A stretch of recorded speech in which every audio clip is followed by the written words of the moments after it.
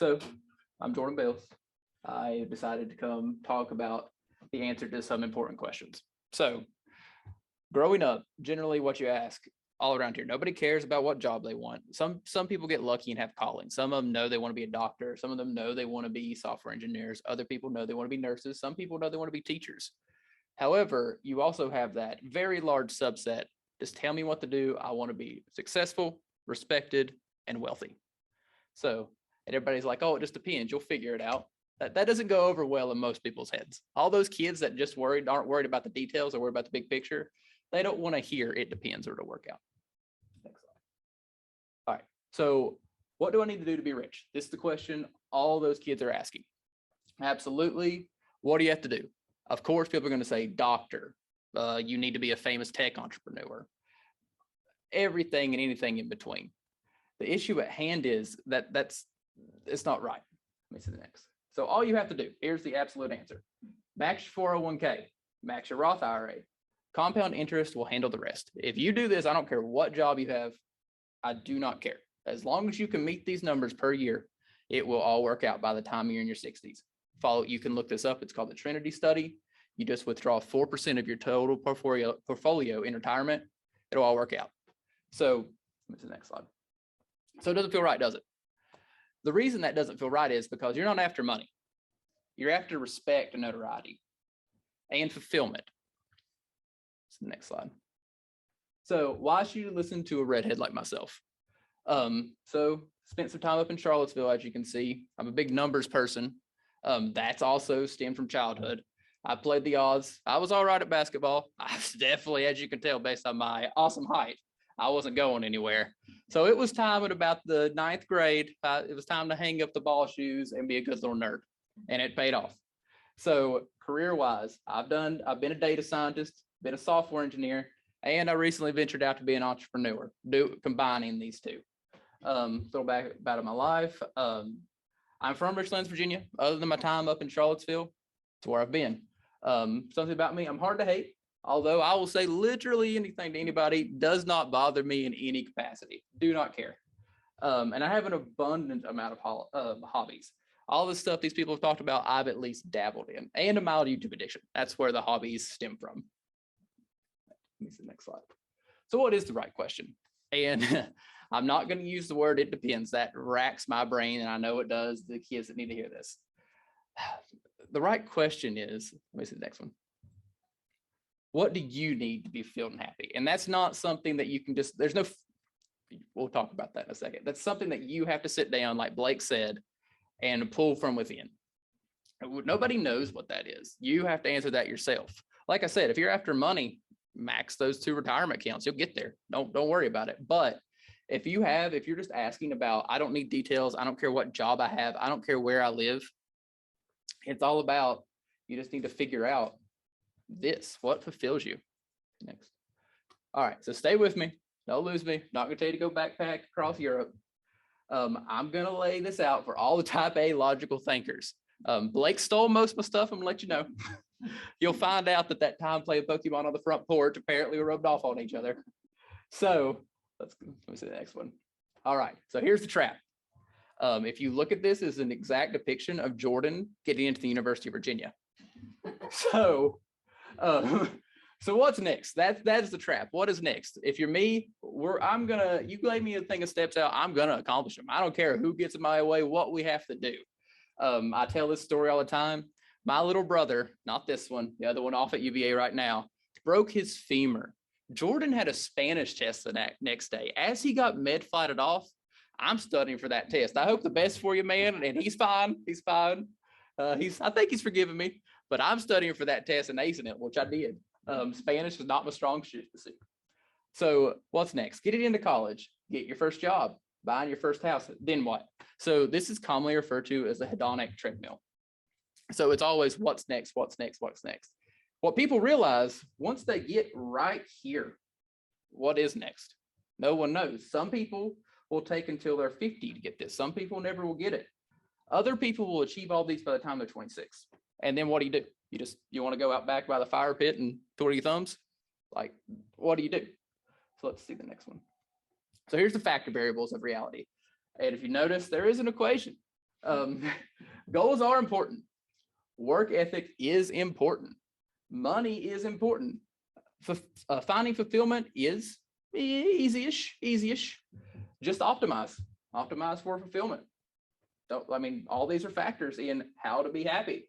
Set long-term goals. You just saw the trap before. Work ethic. I will tell you right now, people might disagree with you. Everybody says, oh, Jordan, you're so intelligent. It's so easy for you. I'm slightly above intelligence. However, work ethic is what carries me over.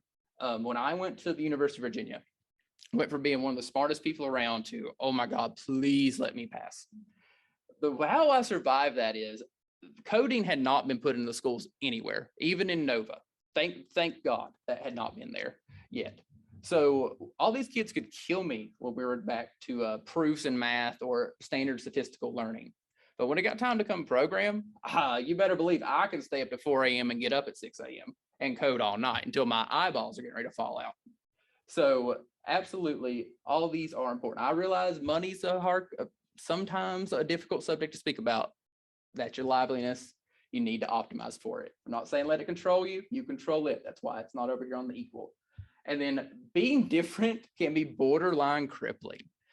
I know that. Believe me, that's not in this equation, but believe me, I know it's hard to grow up in the middle of nowhere, not know what you want to do. All you know is you want to be rich and not be a football star. So it could wear on you. Let's see the next one. All right, so your solution, problem solving. That is what will allow you to add value to the market. And it is the only skill by which you can take care of all your past problems. That's all if you will master this, everything else will fall in line. It's a simple formula. It's like saying, can you swim in the ocean? Yeah. Can you swim in a pool? Yeah. Can you swim under distress? Find out. All right, next. So you don't say problem solving is important. Oh, really? So everybody knows the kids who say, when will I ever use this in life? Differential equations, essay questions. I definitely can't write. Anybody that's got email communications about this event will know that. Lab reports. I can't even walk by the Kim building at the University of Virginia without shaking. It was the worst grade I've ever gotten in my life. And algorithmic design. When are you going to use this in life? Probably these exact things, never. Hit the next slide. So when will you use these problem solving and solution finding skills? When you take a baseball bat to the face. Let's talk about it. Everybody's cool and all until what do you do when if somebody comes up to you and hits you in the face with a baseball bat? What are you gonna do? Well, you'll find out how good you are at problem solving. So do you max your 401k or invest in a scream real estate deal? For instance, Mr. Crawford talked earlier. If he offers me all of his real estate tomorrow, but I can't max my 401k, those are fun problems to solve. You want to sit down and see what you're made of? Well, rack your brain. You get offered an equities position in a startup that your friend from college started, but already make mid six figures sitting from home in your little home office in the middle of nowhere, Virginia. What do you do? The house you just put your life savings into turns out to be a former drug dealer's house, and you're getting some weird visitors in the middle of the night. What do you do when people come looking in your window? You find out. Your parents divorced your senior year of high school and you can't afford to go to college after graduating the top of your class. Well, that's a good 13 years wasted. You want to just quit? No, you've solved the problem. All right. So how do I develop? It just comes naturally. If you'll watch this, after some practice, I don't know if you've all seen this, a little dated to this point.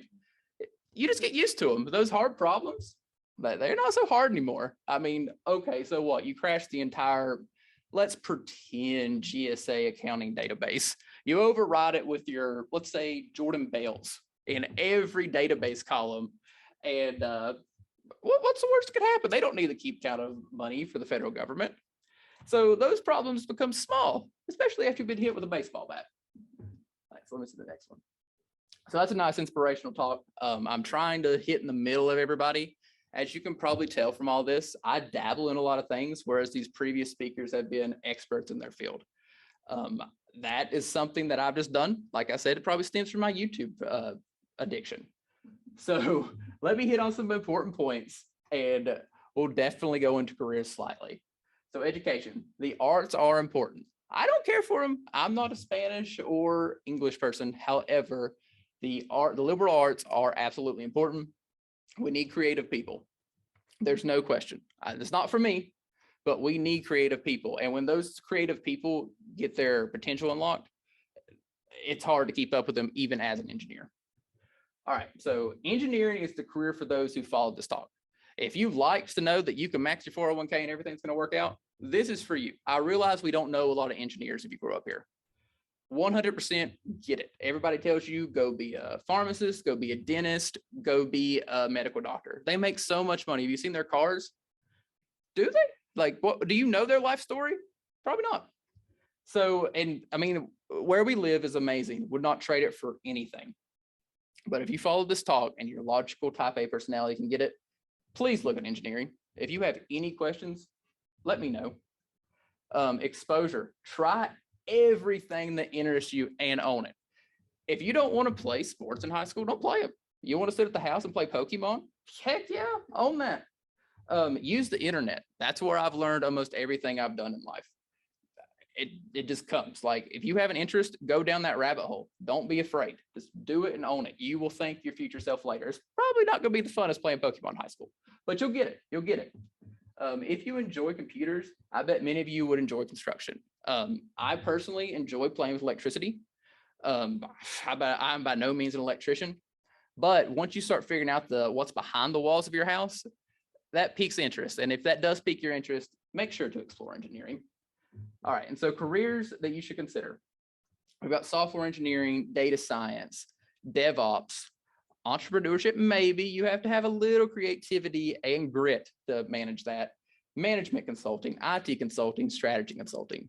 And if you've noticed, I left machine learning engineering out to last, and I will touch on that in a moment.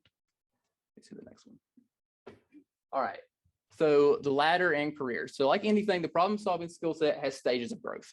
You're not just going to wake up and know how to handle druggies looking in your window in the middle of the night. It's just not going to come to you. It'll come a time, but it's not natural to anyone, and you just have to work towards it. Like Blake said earlier, focus on providing value as opposed to getting on the hedonic treadmill or falling into those traps. It's awesome to buy a house. Buy them. Buy as many as you want. It's a great investment, but don't let anybody else define your steps. You have to get your steps ready to roll. And if it doesn't matter if you own every house in Southwest Virginia, if that's not your goal. If you can program a repeatable solution to a problem, then apply that skill set to your entire life. So this is where we're going to talk about machine learning engineering, data science, et cetera, et cetera. All coding is a repeatable solution, just like problem solving. If you can solve artificial intelligence models, create a convolutional neural net to perhaps destroy buildings after a hurricane, and you can get to those people fast, you can disperse EMS faster there. Okay, that is a very hectic problem after, say, a hurricane to handle. That could be translated into your everyday life. Once you see these problems as well and have exposure and know how to break down each of these issues down into small subtasks, you will develop, I promise. There's a reason most notable CEOs have an engineering background. Okay, this is right off the steps. Elon Musk is not an aerospace engineer. I don't recall what he majored in, but it was not aerospace. And if he's also done PayPal, nothing to do with any engineering discipline he was at. He knows mechanical engineering now. This is because he had the basis of engineering down and he knows how to problem solve. I don't care what you give if you would give him, it doesn't matter. He can break it down into actionable tasks and he can move the ball forward. That's all that matters. And if you can apply that to your own life, take a deep breath, move forward. To the next one. All right. Remember the goal. Be so good at problem solving. It's the follow-up after the previous GIF. This is how you should handle every single problem that's thrown at you. It's gonna happen. Go with it.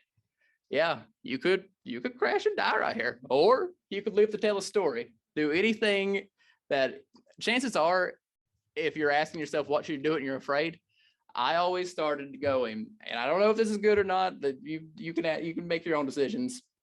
Do it for the story. Do it to say you did it. I mean, I didn't do a lot of things, but do it for the story and don't be afraid. Let me see the next one over.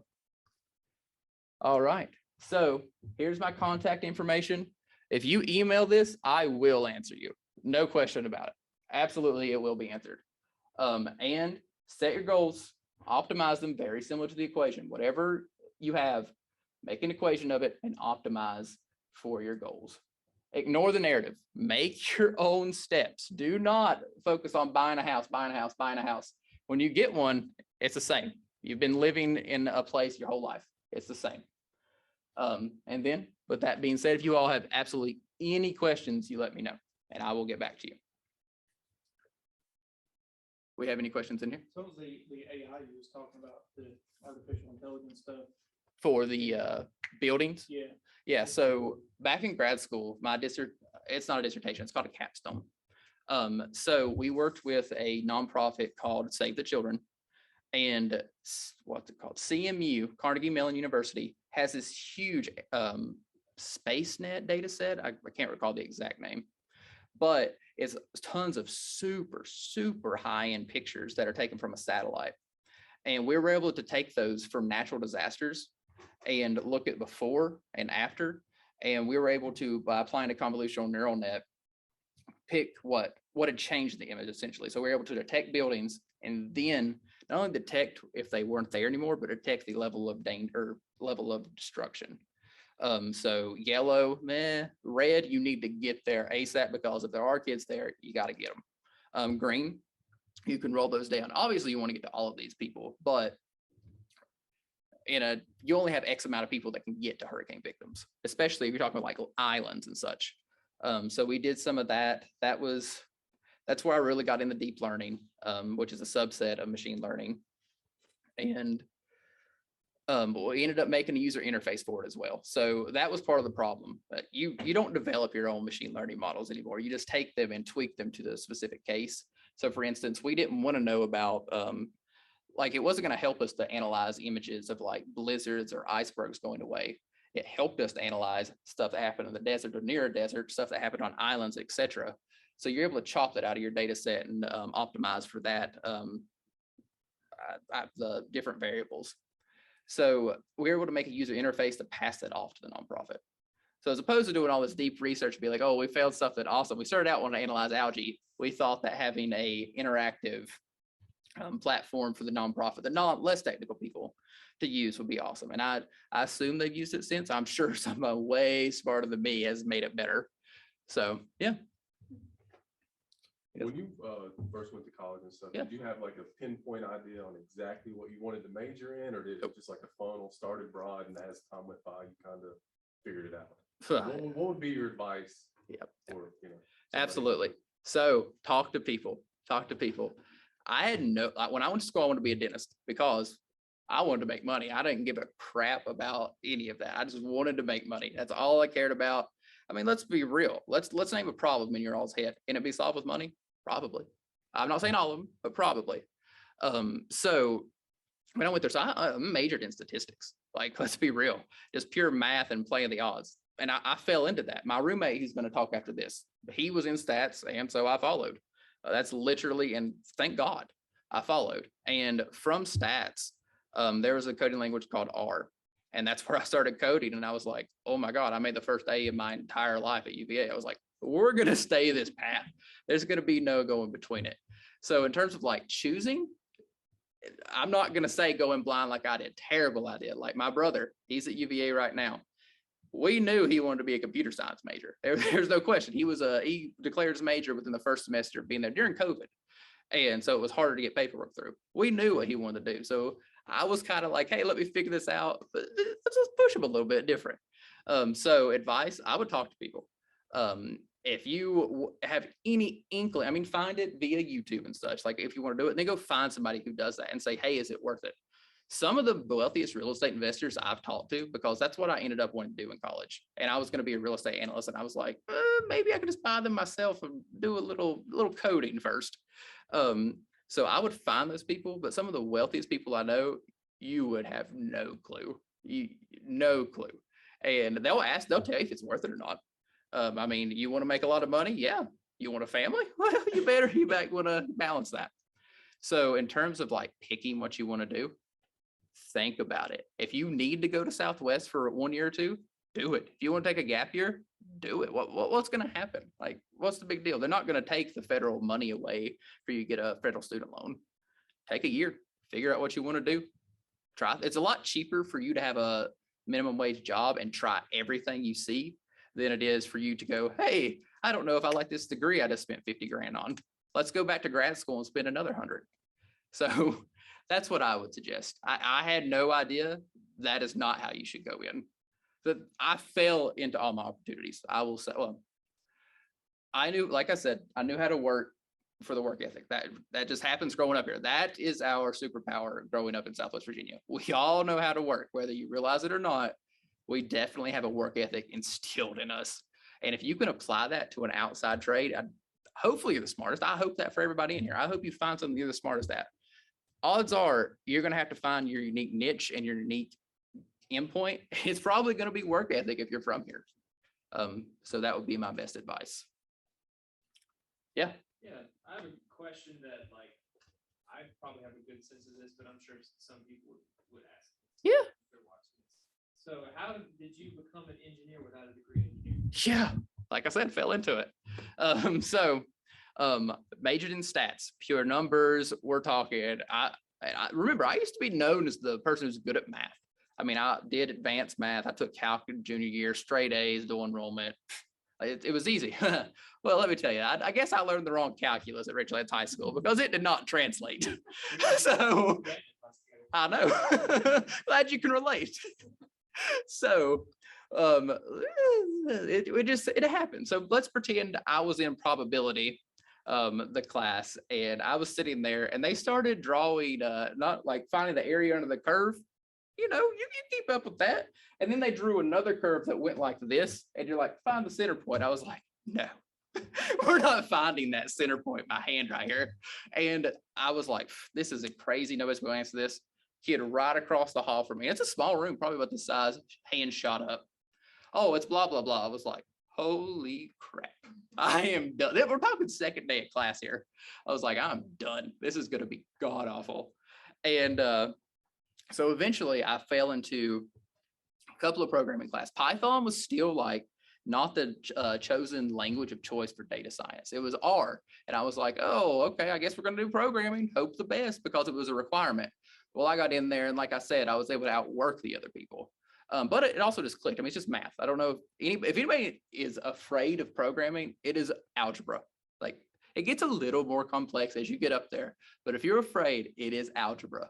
If you can say X equals 1, you got it. Just go from there, watch YouTube. But back to the question. So kept just going. Like I said, I was doing well in it because I got to work these people. And then eventually I got to the point where I took the Python class and it was new because all the computer science people were transitioning over there. From Java used to be, if you were going to be a software engineer, you had to know Java. Everywhere in the country taught that. But I was right there when data science became a position and Python was switching to the new standard of coding. And I was like, well, let's see what I can do. What could happen? It worked out last time. And by some miracle, I was great at it too. Great in air quotes. I was relevantly above average. So I just picked up, and honestly, my first job came back here, CGI, awesome place. Awesome. Let me try everything.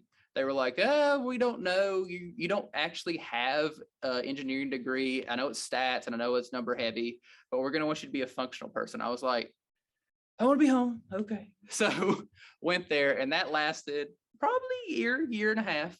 And I got to the point where my contract ended. They were like, you're going to have to find another contract, or we're going to talk about going different. That's how the federal government space works. You always find a contract. Do not let me deter anybody from that. But I was just like, of course, in my head, I was like, is this what I want to do? I'm wasting a lot of knowledge sitting here answering the phones, doing support tickets, walking some important people, like who I was allowed to talk to at 23 years old on the phone. Pretty cool, not gonna lie. So, but I wasn't happy. I wanted to code. I wanted to make impact. I wanted to create was the actual problem. Like, if you like building stuff, that's what you should do.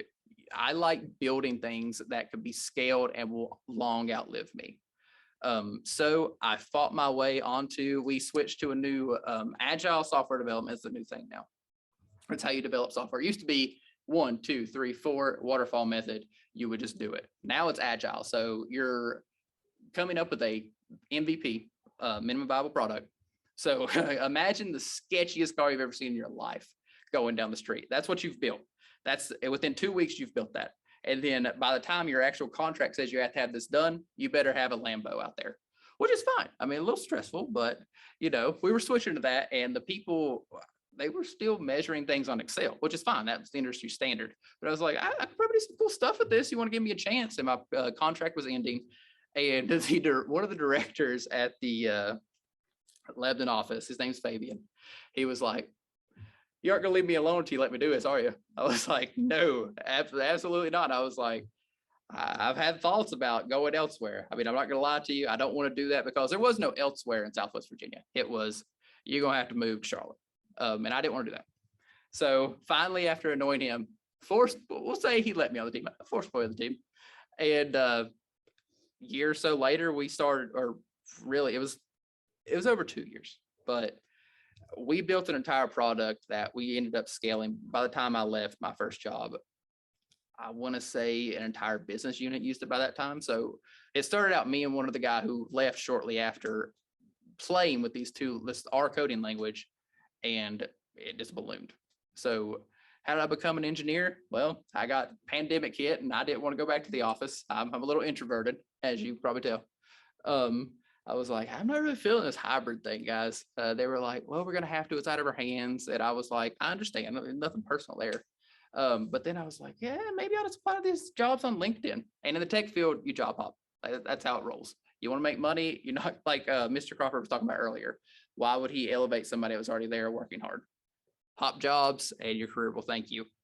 But I was like, these data science positions, they're all over the place. Because you can interview for a data science place at one, and they'll be like, oh, you're just going to do drag and drop reports. And the other one will be, oh, you're going to develop brand new convolutional neural nets and do all this groundbreaking research. There's no in between, and you don't know until you pick up the phone for the first interview. All over the place. And I was like, this probably isn't going to increase my odds. And that date where we were going to return to the office kept creeping closer and closer. I was like, I got to do something. And so I was like, I'm going to try to apply to these software engineering jobs. And I saw one that said R Python. And I was like, it is time. It's time to see what you're made of. And it worked out great. They took me on, and yeah, I'm an engineer now. So long story long. Any other questions? Jordan, you kind of touched on this, that obviously there's not huge opportunities for that type of work in Southwest Virginia. Was that part of your plan? Like when you went to UVA and you kind of found your direction, were you planning on coming home, or Yeah. So that was part of the plan. We'll see. I keep the thought from what Blake was saying. 26-year-old Blake and 31-year-old Blake are two different. I might be close to 27 because that's a little hard-headed. Everybody growing up kept telling me, oh, if you do that, you're not going to come back and be able to have a job here. It's just not going to happen. I was like, well, you watch this. And so I just kept that attitude. Like I just kept going forward and forward. But yes, that was always part of my plan. I've always been really close to both my brothers. I'm lucky. We think identically. So, and that doesn't come often to me. So our thought process, I don't know how that happened, but they are identical in problem solving. And you put three of us together, things get done. So yes, that has always been my plan, and don't let that hold you back. If you want to come back here, I promise it'll happen. Now, it's not going to be as easy as going up to Nova and be like, they'll throw a job at you from UVA, but like you can make it happen. If you're smart enough to go to college, you're smart enough to find your niche in Southwest Virginia. So don't let that hold you back in any capacity. Anything else? You got any questions? Come on, bro. All right. Any other questions? We got any from Facebook?